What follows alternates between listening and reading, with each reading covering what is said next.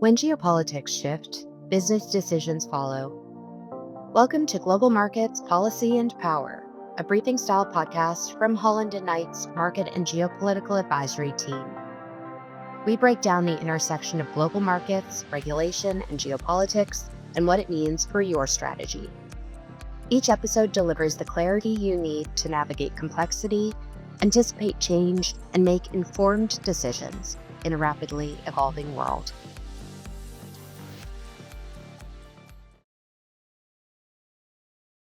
This episode was recorded on June 24th with our friends from Tinoco, Travieso, Planchart Núñez, shortly before the devastating earthquakes that impacted communities across Venezuela. As we share this discussion, our thoughts are with all those affected and the many individuals working to support recovery efforts. Venezuela is a country defined by resilience and strength, and we stand in solidarity with its people as they recover and rebuild. We hope this conversation provides valuable insights into the opportunities and future of Venezuela. Thank you all for listening today. For today's episode, I am especially pleased to be joined by our colleagues on the ground in Venezuela from our partner firm, Tinoco, Travieso, Planchart Núñez. We're joined by partners Margarita Escudero and Maria Veronica Espina, who bring a firsthand day-to-day perspective on how these legal reforms and policy shifts are actually playing out in practice. They've been advising clients through the recent changes and are seeing in real time what it takes to operate in today's environment. Margarita, Maria Veronica, welcome and thank you for being here. So, Margarita, I'll direct my first question to you if you don't mind. So, from where you sit in Caracas, how would you describe the current environment? And, how does it feel different from, say, a year ago? Yes, thank you, Joe. Well, from Caracas, the environment feels very, very different from a year ago. A year ago, most conversations about Venezuela were still focused on sanctions, on the challenges facing our economy, whether companies should stay away from the market. Today, the conversation has changed completely. We're seeing companies asking not whether Venezuela is investable, but asking under what conditions they can enter the market and how they should structure their investment. Also, there's clearly more activity on the ground. We're seeing more visits from international companies, more interest from investment funds, more meetings, discussions around potential projects, particularly, I would say, in oil, gas, electricity, mining, infrastructure. I would say that part of this change is being driven by the recent legal reforms, part by the reopening of certain sectors through the OFAC licenses, and part by a growing perception, I would say, that Venezuela is entering a new and different economic phase. Besides all this, several developments that would have been difficult to imagine a year ago are now realities. Venezuela has formally started the process to restructure its foreign and PDVSA debt, which is viewed as a very important step toward reconnecting the country with international capital markets. We're also seeing other things. For example, Venezuelan public financial institutions are gradually reconnecting with international financial system. We're seeing new discussions about redefining the role of the state in the economy and also important efforts to attract private investment into sectors that have been historically dominated by public entities in Venezuela. All these developments, together with, of course, the U.S. interest in supporting economic recovery and the participation of the private sector, have helped definitely to a very different business environment here in Venezuela. At the same time, I would not describe the country as fully normalized. Investors are still, of course, looking closely at regulatory developments, the implementation of these developments, and, of course, the country's long-term stability. So the way we describe it to clients is that Venezuela today presents many more opportunities than it did a year ago, but those opportunities still need to be approached with a clear understanding of the legal and operational environment we have right now. Thank you. And Margarita, if I could just stick with you for the moment, are the policy shifts and reforms that we're seeing, are they actually translating on the ground yet? Or is there still a gap between what I would describe as policy and reality? Yes, we're already seeing the effects of these reforms on the ground. There is greater investor interest, more commercial activity, a big increase in conversations around new projects. For example, in sectors such as hydrocarbons, mining, and more recently electricity, where legal reforms are happening, US, European, Latin American companies are actively analyzing opportunities and already engaging with Venezuelan authorities. In fact, in the oil and gas sector alone, around 20 MOUs have reportedly been signed with international investors and operators. However, we should say there's still an important implementation phase ahead. Many of the reforms established the general framework for economic activity, but investors are also waiting for the regulations, the contractual frameworks, and the detailed rules that will determine how those reforms will fully work in practice. So the market is paying close attention to what the new laws say, but also to how they will be implemented. And that is probably the most important point for international investors right now. I would finish by saying that the policy direction is becoming very clear, much more investment friendly than it was before. What investors are watching closely now is how the new framework develops in practice. Thank you. Maria Veronica, so we mentioned hydrocarbons, mining, et cetera. When you look across the hydrocarbons, the mining, and the investment reforms that have already come into play, does this feel like a coherent strategy to attract foreign investment? Is it still evolving? What are your views on this strategy? I would say it is both. There's a clear direction. When you look at the measures implemented over the past several months by the government, they point consistently toward a common objective: attracting private capital, technology, and investment into sectors that are critical for Venezuela's economic recovery. I would say that historically, many of Venezuela's strategic sectors operated under frameworks that limited private participation and placed the state in a dominant operational role. What we're seeing now is a gradual change toward a model that creates more space for private investment while also preserving state ownership over natural resources and strategic assets. At the same time, there is a visible effort to rethink the role of the state in the economy. We are seeing ongoing discussions around increasing private participation through mechanisms such as public private partnerships, concessions, and other investment structures and models. The government has announced measures aimed at simplifying administrative procedures and reducing some of the barriers that have affected private investment over the years in Venezuela. Having said that, I would not characterize the process as complete, but rather as an ongoing process. Some of these changes have already been adopted and implemented. Others remain under development, and key regulatory and contractual frameworks are still being defined.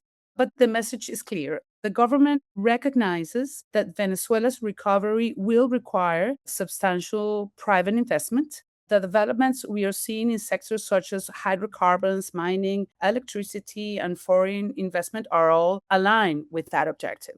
So while there is a clear strategic direction, the key challenge now is translating that direction into a fully developed and effectively implemented framework. Let me follow up on that, please. On the hydrocarbons, mining, and electricity reforms, what would you say are the changes that matter the most, right? For an investor in a practical setting, what are the changes that you would say matter most? Yes, that's very important. I would say first, there is a clear move toward greater private participation that we already have mentioned. The reforms are creating meaningful opportunities for private investors to develop and operate projects in sectors that have traditionally been dominated by the state. Second, there is a strong effort to make projects more economically attractive and internationally competitive. In both hydrocarbons and mining sectors, the new framework moves away from rigid fiscal structures and instead introduces a maximum ceilings for royalties and taxes. And this creates greater flexibility to tailor the government take to the specific economics and risk profiles of each project.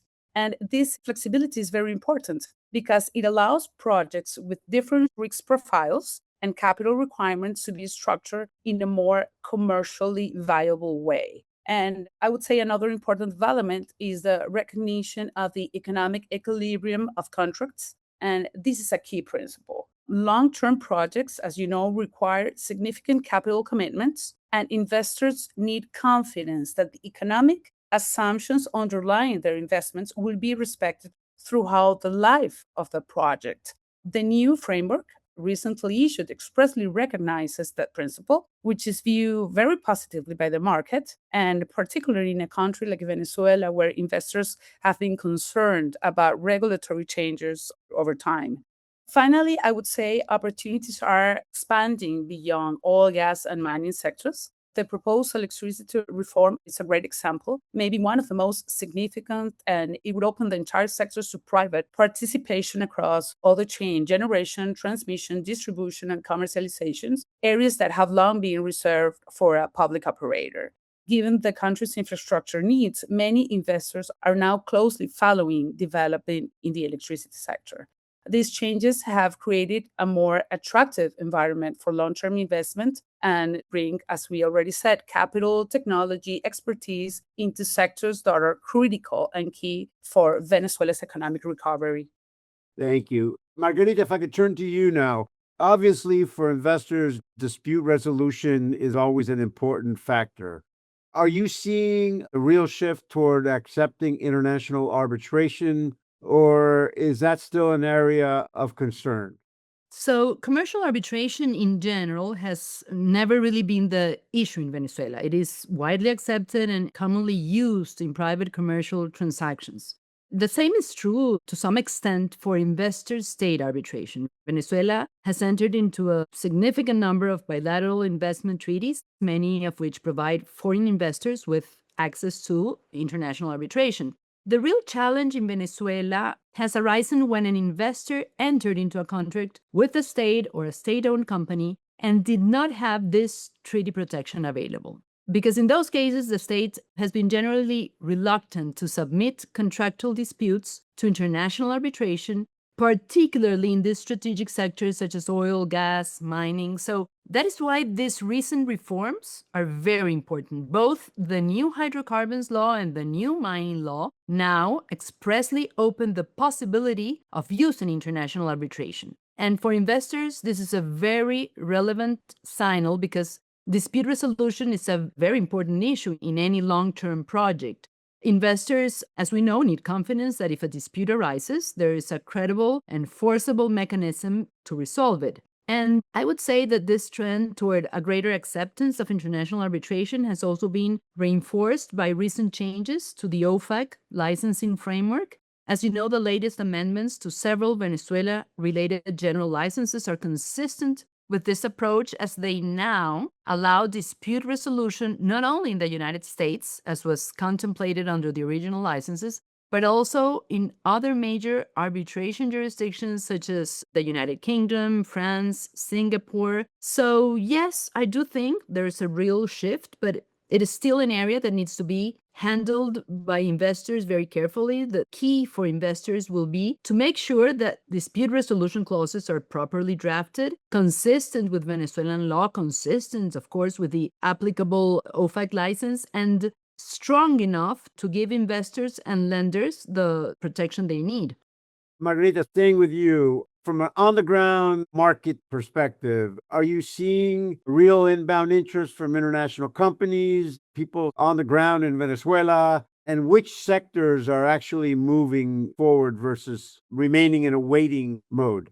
Yes, we're seeing real interest, and one of the clearest indicators is that companies are no longer just studying Venezuela from a distance. They're coming to the country, meeting with potential partners, engaging with Venezuelan authorities, and really, I would say, evaluating specific opportunities.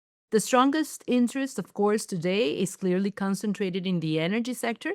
In oil and gas, MOUs, as we mentioned, have been signed with new international operators and investors over these past months. We have also seen important agreements reported involving companies such as Shell, Repsol, Eni, Chevron, Schlumberger, which reflect a level of engagement that would have been difficult to imagine just a few months ago. Mining is also attracting significant attention thanks to Venezuela's resource potential, but also to the recent reforms to the mining law aimed at creating a competitive framework for investment. And we should also say that investors are increasingly also looking closely at the electricity sector, where the proposed reform of the electricity law could create substantial opportunities for private participation in the sector.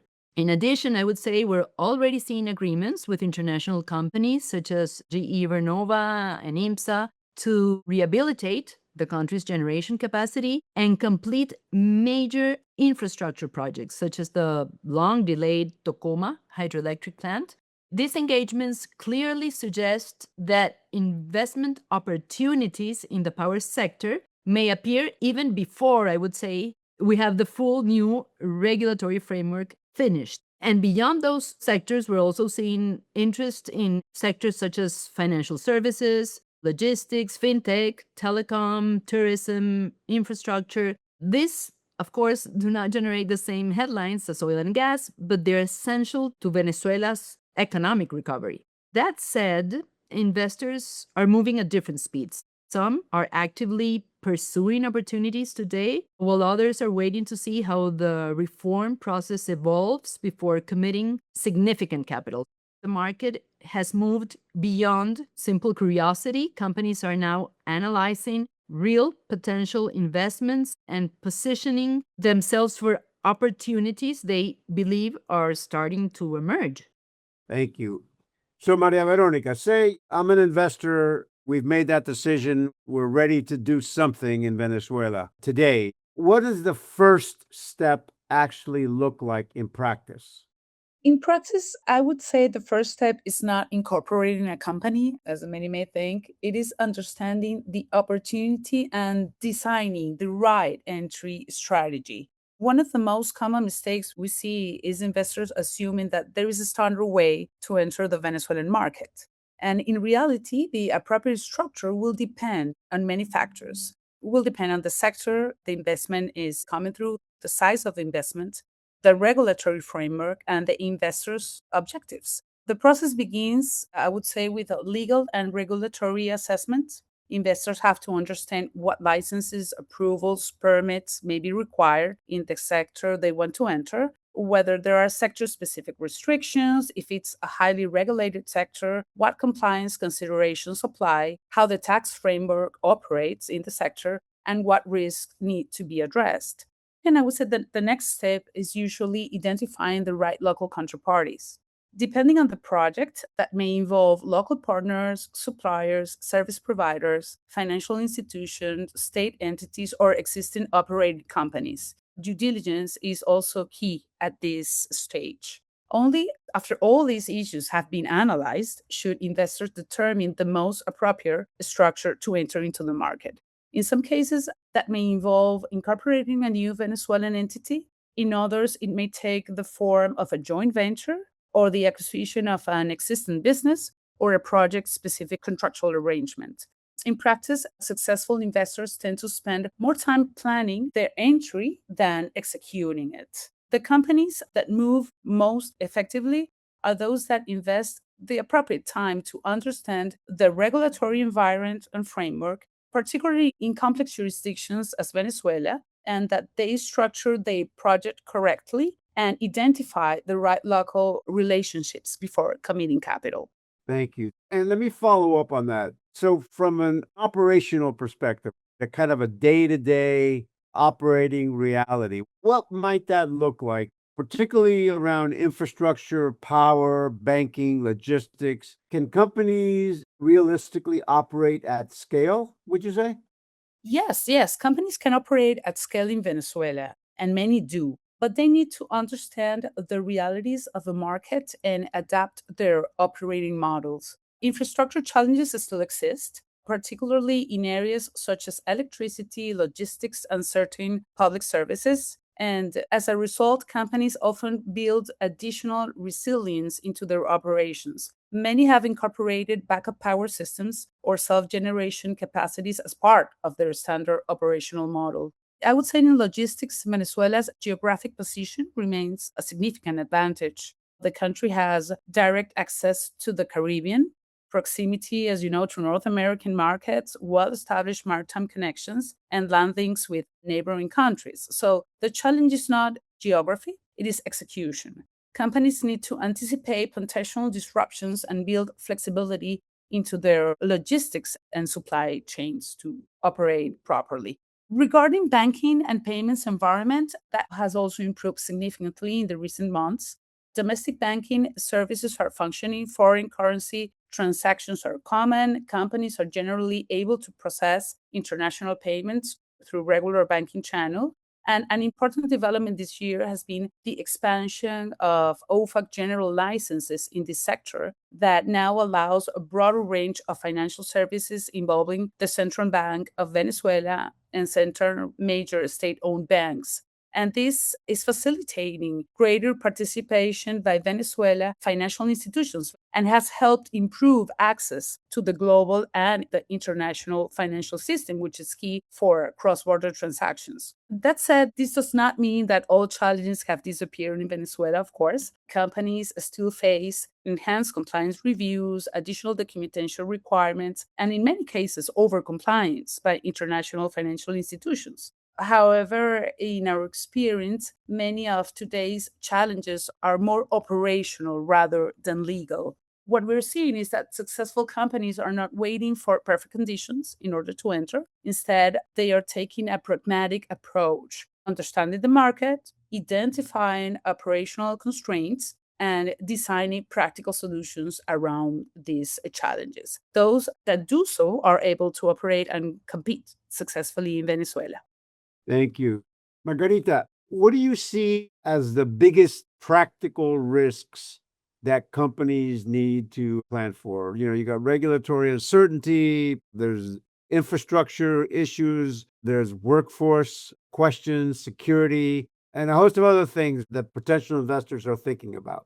Well, in our experience, the biggest risks today are less about whether a company can enter the market and more about how it manages its investments once it is here. One important consideration, we believe, are the regulatory changes. Venezuela, as we were saying, is currently undergoing significant legal reforms across several sectors aimed primarily at attracting foreign investment, expanding private participation in the economy. That creates opportunities, but it also means that companies need to pay close attention to these developments and remain, I would say, flexible as this new framework takes shape.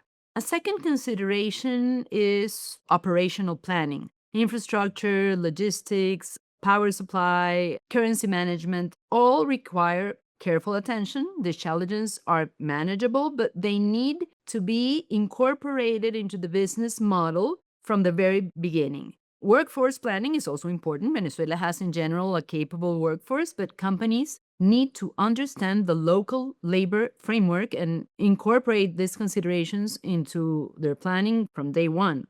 Security remains an issue that companies, of course, should always assess, but it is not the dominant concern it was several years ago here in Venezuela. Most businesses today are focused primarily on regulatory, operational, compliance issues rather than physical security. And finally, I would highlight compliance. International companies operating in Venezuela must navigate not only local law, but also their own internal compliance requirements, the sanctions considerations, and anti-corruption policies. So if I had to summarize, I would say that the key challenge today is not market access, but as we were saying before, preparation and planning. In our experience, the companies that do best are the ones that take the time to understand the market, build strong compliance processes, and think through the operational challenges before committing capital. That makes sense. Maria Veronica, what are the biggest mistakes you would say, or maybe misconceptions that companies make when evaluating Venezuela today? What is the single most important thing that you think that companies need to get right up front? I think the biggest misconception is that companies tend to view Venezuela in extremes. Some assume that nothing has changed and that Venezuela remains as it was 5 or 10 years ago. Others assume that recent reforms mean the country has become a fully normalized investment environment. And in our view, both perspectives are incomplete. The reality is that Venezuela is changing, is navigating an ongoing process. There are meaningful reforms underway, new opportunities across several sectors, as we already discussed, and we're seeing a growing interest from foreign investors. At the same time, this remains a market that requires careful planning, strong local knowledge, and a clear understanding on the legal and operational environments of these complex environments. As we have said, the companies that are most successful are the ones that take time to understand the opportunity, assess the risk realistically, and structure their projects appropriately. If I had to identify one thing that investors need to get right, it would be preparation. That means understanding the regulatory framework, the operational realities that we have discussed, the compliance considerations, and the available investment structures before committing capital in Venezuela. In many ways, the country today is no longer a market that investors can simply ignore, but it is still a market that requires careful preparation. The companies that succeed, as Margarita was saying, are the ones that approach the opportunity with both optimism and discipline. Thank you. Well, Maria Veronica and Margarita, unfortunately, I think we've run out of time here, but I want to thank you both. This has been incredibly valuable. Hearing the legal framework is one thing, but understanding how it actually plays out on the ground is what really brings it to life. Really appreciate you sharing your perspectives and the practical realities companies need to be thinking about as they evaluate the Venezuelan market. And I want to thank everyone for listening. We look forward to continuing this conversation in our next episode. Thank you. Thank you for listening to Global Markets, Policy, and Power. To learn more, connect with our professionals from today's episode or visit hklaw.com.